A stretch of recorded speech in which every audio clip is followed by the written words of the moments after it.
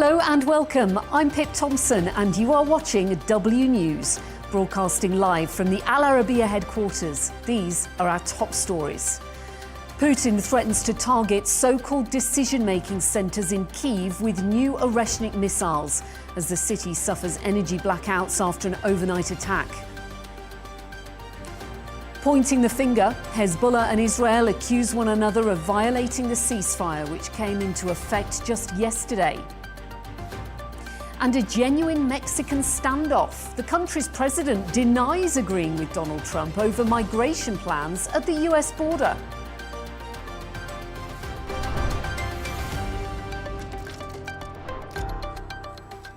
Our top story tonight. Russian President Vladimir Putin has threatened to target what he calls decision-making centres in Kyiv with their new hypersonic Oreshnik missiles. Speaking at a security summit in Kazakhstan, Putin suggested Russia was forced to use these missiles in response to the UK and US permitting Ukraine to strike deep inside Russian territory. He also praised President-elect Donald Trump, calling him a smart politician. For more on this, I'm joined from Moscow by our correspondent, Dasha Chernyshova.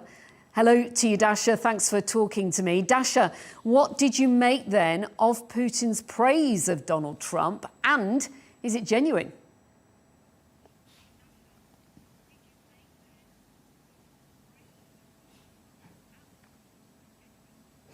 Well, indeed, we have heard the Russian president once again calling President-elect Donald Trump an experienced and smart politician.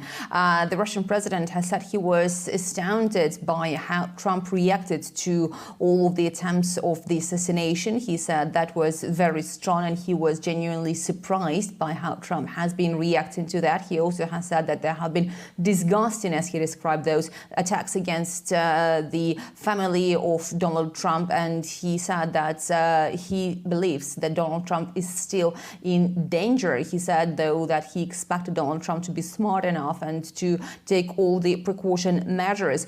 So definitely we are hearing not for the first time the Russian president praising the US president-elect Donald Trump. And what we understand is that there is hope that with the new American administration coming to the Oval Office, there could be some change in terms of policies. Even though officially Moscow says it doesn't have any sort of illusions, we understand there is the understanding in Moscow that the outgoing administration of Joe Biden is trying to leave as bad as legacy as possible to Trump administration to deal with, especially when it comes to Ukraine. Overnight, Dasha, Russian missiles hit Kyiv's power grid, leaving around 1 million people without power. Winter is fast approaching. Portable generators now appearing on the streets. Some areas facing days without power. This is the worst possible time to strike, isn't it?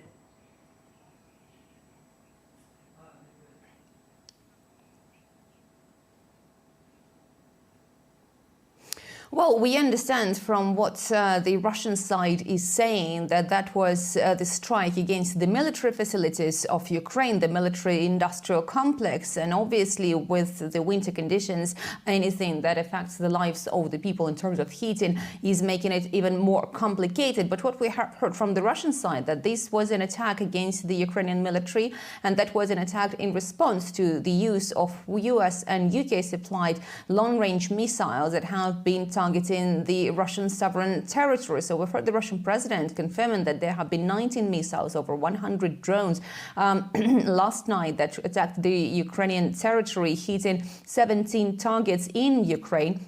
And Moscow says that some of the weapons that have been employed involve hypersonic Kinzhal, Zircon complexes, and warns once again that Moscow could actually once again conduct the testing of its Oreshnik experimental weapon in so-called combat conditions. Moscow insists that those tests have been in response to the Ukrainian strikes, but also notes that if there are many Oreshnik missiles attacking one place at the same time, then then the level of devastation could be comparable to that of the nuclear weapon. Having said that, the Russian president also insisted that Moscow has started the serial production of these Oreshnik missile complexes, saying that the threat of the use of Western weapons against Russia is still very high, and noting that Ukraine has attempted to target even Moscow and St. Petersburg. OK, Dasha Chernyshova in Moscow, thanks very much for talking to me.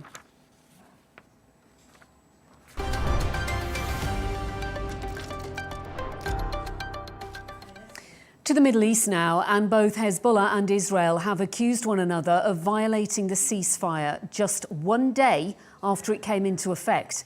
Israeli tanks opened fire on several targets in southern Lebanon, who they claim attempted to cross into the buffer zone areas along the border. Hezbollah accused the Israelis of violating the ceasefire by attacking civilians returning to their homes in the border villages.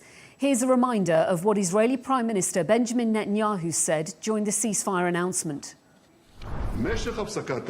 The duration of the ceasefire depends on what will happen in Lebanon. In full understanding with the United States, we maintain full military freedom of action. If Hezbollah violates the agreement and tries to arm itself, we will attack.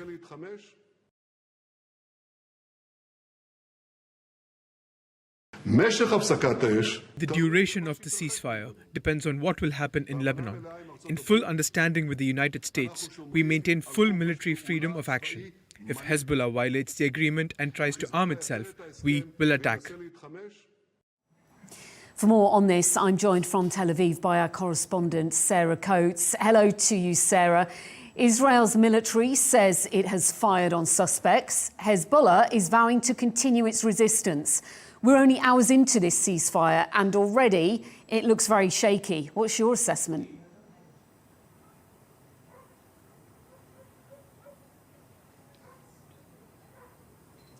It certainly is. Hello there, Pip. Both sides are trading blame, saying that the ceasefire has been violated. And we do need to remember it is less than 2 full days after it actually came into effect. Now, there have been a number of incidents, especially around this border region. We do know that Israeli forces have fired at what they say are suspects who are approaching this area that they are calling a no-go zone. Now, there has been another incident that was announced by the Israeli military over just the last few hours. It said that it struck a Hezbollah compound in Lebanon after saying that they identified terrorist activity in that compound where rockets are deployed. So certainly what we can potentially expect is more of this if the Israelis believe that they are seeing potentially the movement of weapons. So major signs of trouble already. And for the second day running, the Israeli Defense Forces have imposed this curfew on residents in Lebanon who are south of the Litani River. They are not allowed to move from 5 p.m. local time until 7 a.m. local time. So, of course, once again, only less than 2 full days into this ceasefire and things are not looking great. Sarah, thousands of people are still trying to return to their homes. Many of their homes have been destroyed. With those homes being right on the border, exactly how safe is it for them?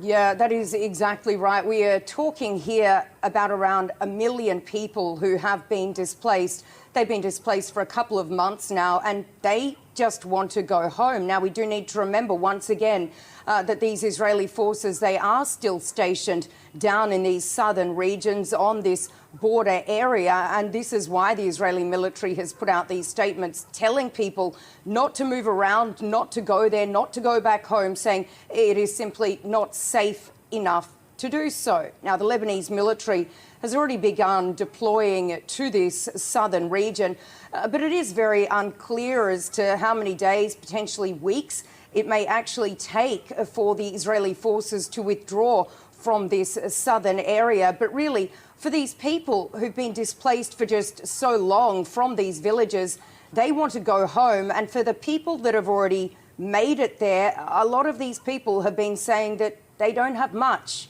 to come back to. And if we turn our attention to the northern Israeli border, people there, a lot of them, are too scared to return to their properties amid fears that Hezbollah have not been sufficiently weakened.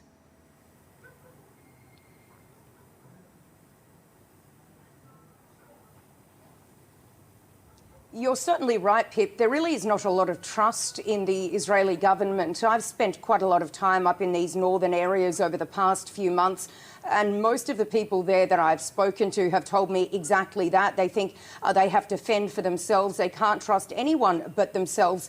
And I've actually just got off the phone to one of my contacts, actually asking him about the situation. He's right now in Misgav, right on the border there with Lebanon. He said people throughout the day have been coming back to their homes to see basically what is left of them, to do a little bit of cleaning up, but they're not staying there for long. They're leaving pretty quickly because they believe that the security situation simply doesn't allow for them to stay there any longer than that. And other people that I've spoken to really over the course of the last few weeks and months, they say they're not going to move back there at all. They don't find that the Israeli government can provide that security solution for them to actually move back to these northern regions. So it really will not be a clear picture for anyone on the ground right now. It'll take some time to see as to whether these people do go back and whether they do rebuild and whether these communities again can be the communities that they were. So certainly a very fragile situation on the ground. And we have just heard from the IDF Home Front Command that it has changed the directive for central and northern Israel, and that is their freedom of movement restriction has now been lifted. This gatherings can actually be larger now and people can more freely move around. But in terms of the north, people are still staying away, Pip. Sarah Coates in Tel Aviv, thanks very much.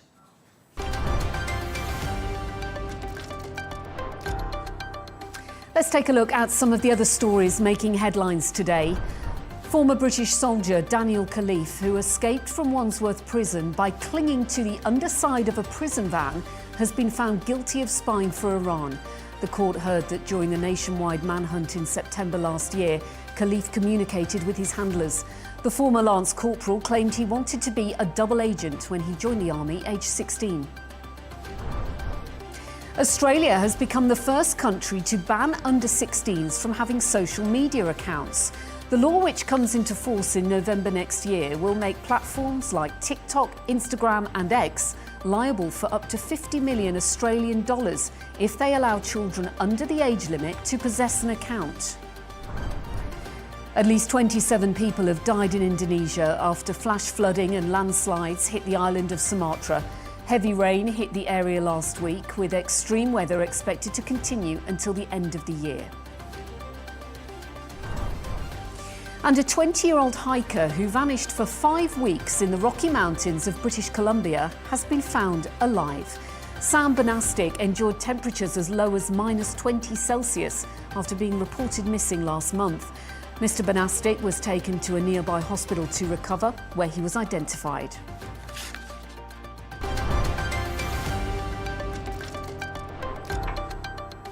To the US now, and Mexico's President Claudia Sheinbaum has denied claims made by Donald Trump that a deal has been struck to stop Mexican migrants crossing the US border. Earlier this week, Trump told his followers Sheinbaum had agreed to stop migration through Mexico. But Sheinbaum's response suggested her priority was not to close the borders, but to respect human rights. It comes days after the president-elect's pledge to add a 25% tax tariff onto Mexican goods arriving in the United States. For more on this, I'm joined by our correspondent, Toni, who's in Austin, Texas. Hello to you, Toni. Great to see you. So let's clear all this up, shall we? They spoke on the phone. Trump said it was a wonderful conversation, yet their accounts appear wildly different.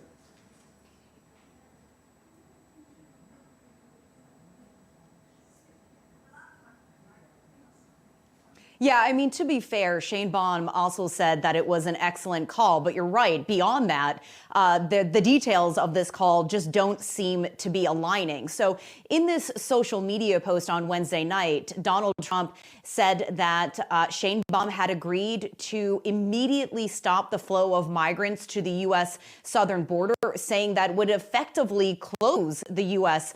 Southern border. But just a couple of hours later, Shane Baum issued a social media post of her own saying that it is not Mexico's position to close borders, but to build bridges between governments and between peoples and to respect human rights. So it seems as if they are a bit at odds. Now, if this were true, everything that Trump had said, it would have been a major diplomatic and political victory for the incoming president, who ran his campaign on anti-immigration and has said that he's going to use tariffs to implement his policies. As you mentioned earlier this week, he said that he'd slap a 25% tariff on all goods coming not just from Mexico, but also from America's northern neighbor, from Canada, unless those governments agreed to stop the flow of illegal migrants and also drug trafficking. So it doesn't seem as if these details of this call are exactly lining up.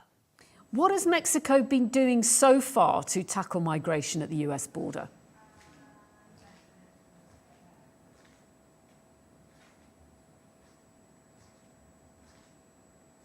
Well, late last year, as we were seeing these record number of migrants starting to hit and cross the U.S. southern border, the U.S. and Mexico actually struck a cooperation agreement. And I have to say, it was under pretty intense pressure from the Biden administration. And Mexico agreed to beef up its immigration enforcement. So its immigration agency, along with local police, and even at times the Mexican military, have been increasing the number of patrols that they are doing along these well-trodden migration routes. They have also set up these checkpoints along highways. They are searching buses. They are searching trains for migrants that are trying to make their way to the U.S. southern border. And on a monthly basis, they are rounding up about 100,000 people, individuals that in theory would have made it to the U.S. southern border. Now, Mexico doesn't have the money and it does not have the legal standing to actually deport most of these individuals back to their home countries. So what it has been doing is that it has been busing and has been flying these people to the very southern part of Mexico, right along that Mexico-Guatemala border, where encampments have sprung up. They are starting to spread, and it's costing the Mexican government a lot of money. So there's a lot of questions around how sustainable of a model this is. But I think by and large, experts agree that it is because of Mexico that the number of apprehensions that we have seen at the U.S. southern border, which have dropped 77% from this time last year, that is largely due to the efforts that Mexico has undertaken in conjunction with Biden administration policies that have made it more difficult for asylum seekers to enter the United States and easier for border officials to deport them.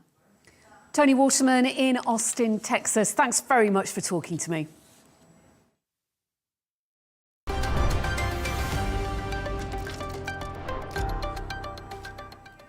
Sticking with Donald Trump now, who could shake up the United Nations, potentially exacerbating the organisation's well-publicised financial problems. Earlier this year, the Secretary-General described the UN's cash problems as a full-blown liquidity crisis. During his first term, the president-elect withdrew from several UN agencies, and analysts suspect he's likely to do so again once he is sworn in this coming January. Correspondent Mitch McCann reports from New York. Mr. Secretary General. Donald Trump once proclaimed the United Nations is not a friend of democracy, it's not a friend of freedom, and even called it an underperformer. During his first term, he was laughed at during a General Assembly address when talking about how successful his administration was, something that could make his view of the organisation even less favourable. Didn't expect that reaction, but that's okay. The president-elect hasn't given much indication of how he plans to approach key foreign policy issues beyond Ukraine and the Middle East, but there is likely to be a sense of trepidation at the UN. It is going to impact all three pillars of the UN: peace and security, development, and human rights. Analysts that we spoke to believe one area where the US will have a major impact under Donald Trump is the UN's budget. It's been reported that the UN is already tens of billions of dollars short of the money it needs to run its operations, and that could worsen given America makes the biggest financial contribution to the UN. The last time Donald Trump was in the White House, he cut back funding to a number of UN agencies, including the Population Fund, its program on HIV and AIDS, its Relief and Works Agency for Palestine, and withdrew from the World Health Organization. But there's a warning: if Donald Trump steps back from the UN, others may step forward. And the most obvious candidate is China, because China is thinking about multilateralism much, much more strategically now than is the United States. And that would be a concern. Another concern is the legitimacy of the United Nations, particularly the perception that the Security Council was unable to address the types of crises it was originally created to resolve. One analyst suggests that the incoming Trump administration will further position itself as isolationist. That's going to create more gridlock. It's going to mean that the Security Council and the UN bodies are able to do less, which naturally is going to continue to feed into the discourse around, UN inefficiency or the crisis of confidence, really, that we see in the UN system. Donald Trump has appointed pro-Israel Congresswoman Elise Stefanik as his ambassador to the UN, an organization she is reported to have called a den of anti-Semitism, giving an indication of how she might approach the role.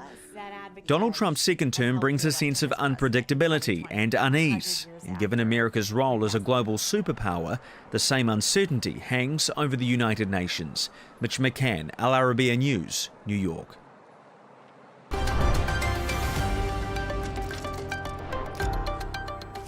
Let's bring you a few of the top sports stories now. And former Chelsea boss Frank Lampard is the new manager of Coventry City. Lampard will lead the team against Cardiff City this Saturday. NBA's all-time leading scorer LeBron James has achieved his sixth triple-double of the season as the Los Angeles Lakers defeated the San Antonio Spurs 119-101. James was responsible for 16 points and had 11 assists with 10 rebounds as the Lakers made an incredible comeback after suffering 3 defeats in a row. Turning to business now, and the UK's Royal Mail is close to being sold to Czech billionaire Daniel Kretinsky's EP Group. It's thought the sale could be finalised within the next fortnight. And global taxi service Uber faces an investigation by the US Federal Trade Commission into its subscription plan, Uber One. There's concerns about the enrolment and cancellation procedures of the paid service, which offers members discounts on rides and deliveries.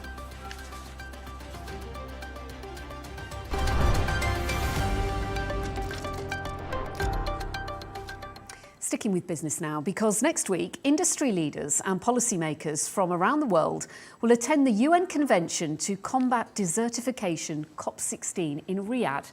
Discussions and topics at the event will include improvements to global water insecurity, land degradation and desertification, and the latest research and technologies to address the challenges being faced around the world.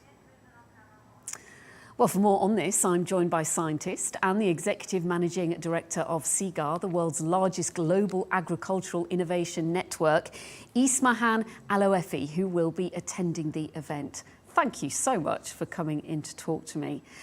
Tell me first of all then, what can we expect from this conference? Because it is a big one and there's lots of objectives here. What are the main ones and do you think they can be achieved? So COP16 on degradation and land degradation and desertification. You're saying it correctly. Exactly. No, that's fine. Degradation. It's a very important COP. So we just finished a COP on biodiversity in Colombia, in Cali. We just finished 2 weeks ago the COP on climate change in Baku, Azerbaijan, and this is the third one. So we have 3 COPs, and that's what we call Rio Plus, where we have a COP on biodiversity, a COP on climate change, and a COP on land degradation and desertification. And what is important, because this one comes last, is to bring the whole aspect together. It's bring the biodiversity, the climate change, the desertification, because they are not separate, they are not isolated. And they are all as important as each other. Yes, they are all very important. And what is very interesting this year is the three of them happened in countries that are, we will call them from either the low or middle income countries. So countries that have different issues than countries from the OECD countries, for example. So Colombia biodiversity was quite interesting, although we didn't come to an agreement on particularly finance for biodiversity. Same thing happens in COP of climate change, where there was a target, but still there wasn't an agreement on replenishing what we call the loss and damage fund. And this particular one, with the push from Saudi, we are really hoping that the initiative that the kingdom has already taken for its own national plan could be really going regionally and globally. And it's significant as well, isn't it? Because this is the first UN CCD COP that has been held in the Middle East and North Africa region, a region that has vast experience, first-hand experience of these challenges and these problems. Absolutely. It's really a great time because the whole region, like Saudi as a kingdom, almost more than 90% of its land is desertic. If we look at the whole region, 70% of the land of the region, it's desertic as well, or arid land at least. So the fact that it is happening in the Middle East, the fact that it's happening in the Arab world as well, it's a really quite an opportune time to say how we are adapting ourselves to desertification, how we are stopping desertification, what are the initiatives that we are to stop it. And the most important one will be the Saudi Green Initiative that is aiming to put in place 10 billion trees. And it's already starting super well. 10 billion? Yes, and there is also, the kingdom is championing what we call MGI, which is Middle East Green Initiative, which is aiming to plant 50 billion trees in the Middle East. So it's very grandiose, it's very high ambition, but it's very good. It's starting with the right plan, looking at the ecosystem and looking at the local species and looking at plants that are not taking too much water, but also have tolerance to heat and tolerance to salinity, for example.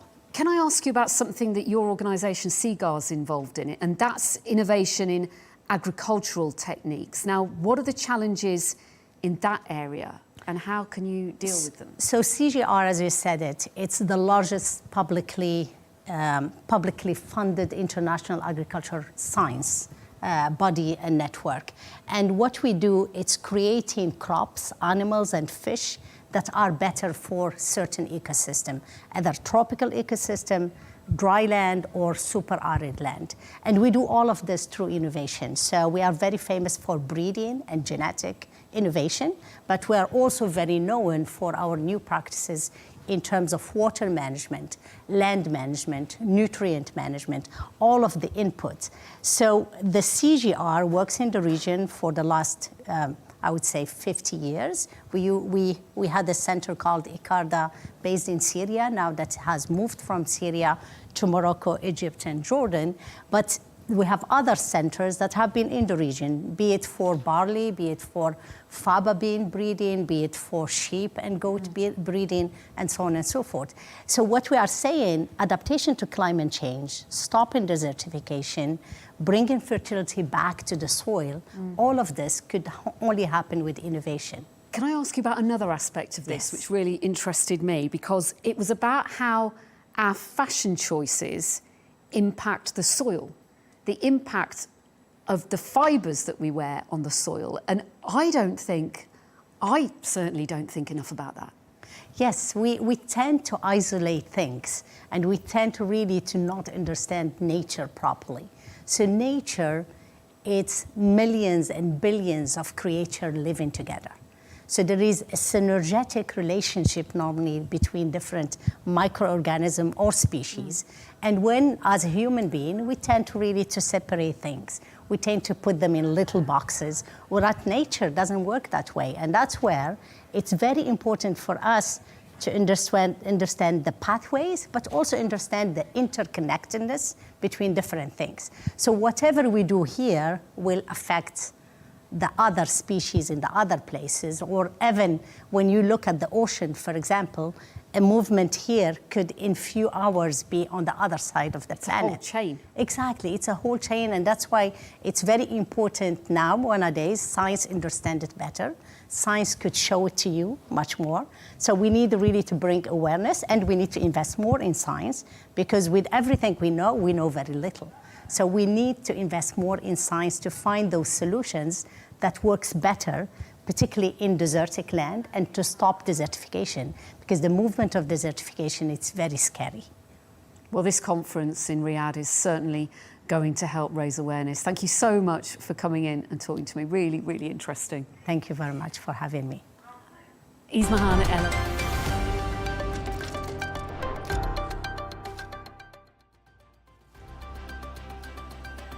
Here's a reminder now of our top stories. Putin threatens to target so-called decision-making centres in Kyiv with new Oreshnik missiles as the city suffers energy blackouts after an overnight attack. Pointing the finger, Hezbollah and Israel accuse one another of violating the ceasefire, which came into effect just yesterday. And a genuine Mexican standoff. The country's president denies agreeing with Donald Trump over migration plans at the US border.